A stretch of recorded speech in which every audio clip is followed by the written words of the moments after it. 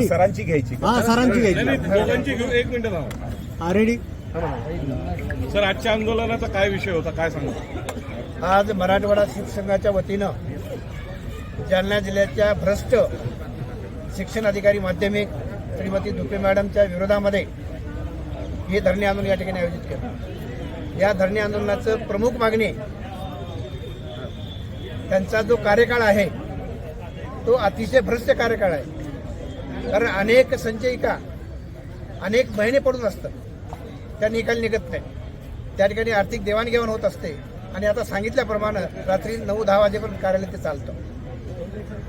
आणि या गोष्टीला विरोध करण्याचं काम मराठवाडा शिक्षक संघाचे पदाधिकारी त्या ठिकाणी करतात. 27 तारखेला एका मागणीचं निवेदन देण्यासाठी आमचं शिष्टमंडळ त्या ठिकाणी गेलं असताना त्यांच्यासोबत महिला शिक्षिका सुद्धा होत्या. त्यांनी फक्त निवेदन देण्यासाठी चर्चा करण्यासाठी गेले होते, पण त्यांना पाहिल्याबरोबर आमचे जिल्हा उपाध्यक्ष जगन वाघमोडे सरांना पाहिल्याबरोबर त्यांचा राग अनावर झाला. का? कारण त्यांच्या विरोधामध्ये त्या बातम्या देतात, आम्ही त्यांच्या विरोधात बातम्या नाही देत.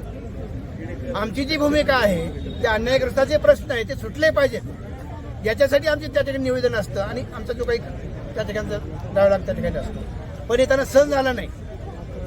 हा जगन वाघमोडे माझ्या बदनामी करतो, पेपरमध्ये बातम्या देतो, स्टेटस ठेवतो किंवा आणखी वेगळ्या माध्यमातून माझी बदनामी करतो. हा डोक्यामध्ये एक दुराग्रह राग होता आणि त्या रागातून द्वेषामधून त्यांनी बाकीची चर्चा न करता डायरेक्ट त्यांच्या अंगावर जाणं हे एका शिक्षणाधिकाऱ्याच्या पदाला न शोभणारं काम त्या ठिकाणी. त्याची जी त्या ठिकाणची अरेरेची भाषा असेल, वागण्याची बोलण्याची पद्धत असेल, त्या पद्धतीचा मी मराठवाडा शिक्षक संघाच्या वतीनं तीव्र शब्दामध्ये जाहीर याचे निषेध व्यक्त करतो. सर असं वाटतंय जाहीर निषेध करून सनी यामध्ये फरक पडणार आहे, त्यांच्या वर्तणूक त्यांची सुधारणार आहे, काय नक्कीच वाटतं? करणार. कारण हा जो सुरुवात आहे ही सुरुवात आहे. तरी एखाद्या पदाधिकाऱ्यावर कारवाई करून खोटा गुन्हा दाखल करून त्यांना दाबवायचा जर प्रयत्न होत असेल ते कधीच सर होणार नाही. कारण मराठवाडा शिक्षक संघ ही लढाऊ संघटना आहे, अन्यायग्रस्ताच्या पाठीमागे खंबीरपणे उभं टाकणारी संघटना आहे.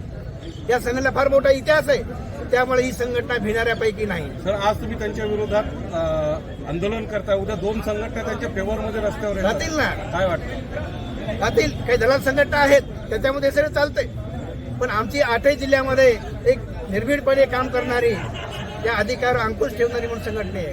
कारण ही नियमानं चालणार आहे आणि कुठल्याही प्रकारचे दलाली आमचा कोणताही पदाधिकारी करत नाही, आम्ही ठामपणे सांगतो. उपसंचालक आता कार्यालयामध्ये नाही आहे, तुमची काय दखल? आता या ठिकाणी उपसंचालक या ठिकाणी नाहीत.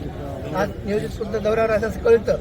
येणाऱ्या काळामध्ये आम्ही 8 दिवसाची वेळ दिलेला आहे. 8 दिवसामध्ये यांनी जर कारवाई नाही केली तर पुढचं आंदोलन आमचं पुण्याला आयुक्त कार्यालया ठिकाणी असं वाटतं की असतं. आंदोलन नाही पाठीशी घालताय. तर आमचं आमरण उपोषण त्याने असेल आणि मी स्वतः सूर्यकांत विश्वासराव अध्यक्ष मराठवाडा शिक्षक संघ त्या पुण्यामध्ये आयुक्त कार्यालयामध्ये उपोषणाला बसणार. धन्यवाद.